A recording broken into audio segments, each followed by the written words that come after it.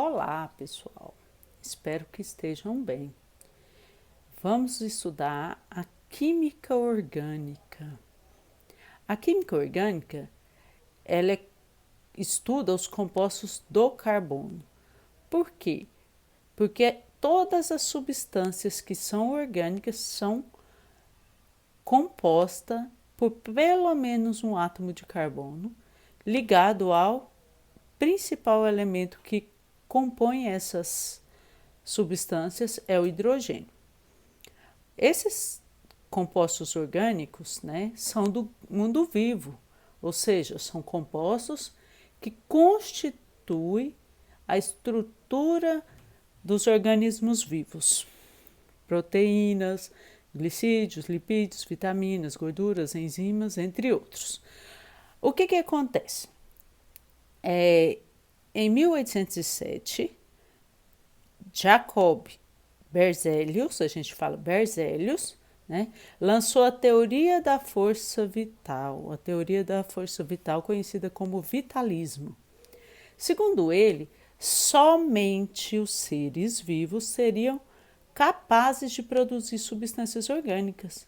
Então, não seria, na ideia dele, na teoria dele, não seria possível produzir no laboratório, ou seja, artificialmente, qualquer substância orgânica.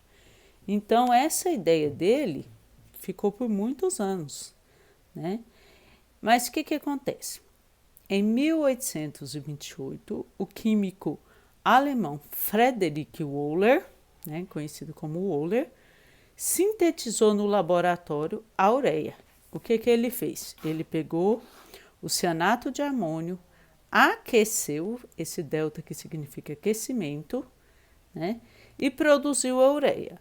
Isso foi intencional? Não foi intencional. É que ele descobriu que quando ele aquecia o cianato de amônio, que é uma substância inorgânica, ele conseguiu produzir a ureia, que é uma substância orgânica. Mas isso foi contestado pelos cientistas da época. Demorou muito tempo para que outro cientista produzisse também o ácido acético no laboratório. O ácido acético é o do vinagre, do limão. Então, o que acontece?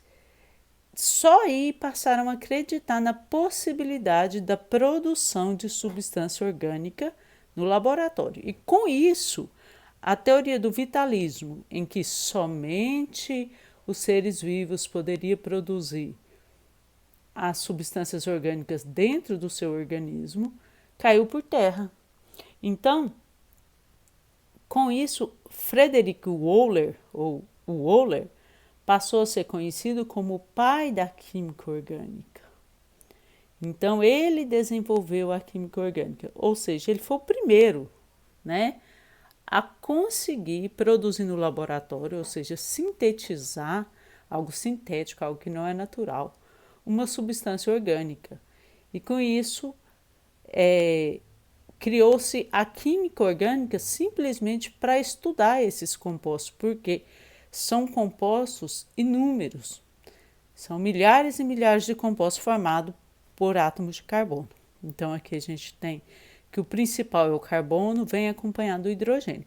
Mas nesses compostos sempre, além de carbono e de hidrogênio, na maioria das vezes pode ter oxigênio, nitrogênio, fósforo, flúor, Então, existem outros elementos que vão acompanhar o carbono. Mas, se eu tiver, por exemplo, o CO2 é o gás carbônico. Vou escrever aqui para vocês.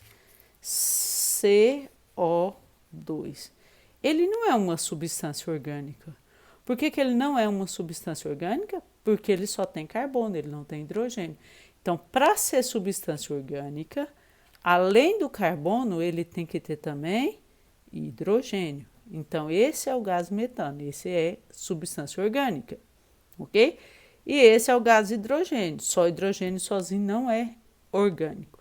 Orgânico são substâncias compostas principalmente pelo átomo de carbono. O hidrogênio, ele é o auxiliar principal, ele está sempre junto. Outro elemento pode aparecer, né? Por exemplo, a acetona, que a gente tira esmalte, ela é uma substância orgânica. O oxigênio está aqui, certo? Então, vários elementos vão aparecer nas substâncias orgânicas, mas as substâncias orgânicas são compostas principalmente pelo carbono. Por que ele é o principal? Olha, o hidrogênio está sempre com ele. O hidrogênio, normalmente, ele está em maior quantidade. Por que o carbono é o principal? Simplesmente porque as reações químicas das substâncias orgânicas, elas vão acontecer principalmente através do carbono ou de outro elemento, tipo oxigênio, nitrogênio, mas o carbono é quem comanda, né, as características das substâncias orgânicas. Eu não vou aprofundar agora, porque na próxima aula a gente vai ver as características do carbono. Espero que entenderam.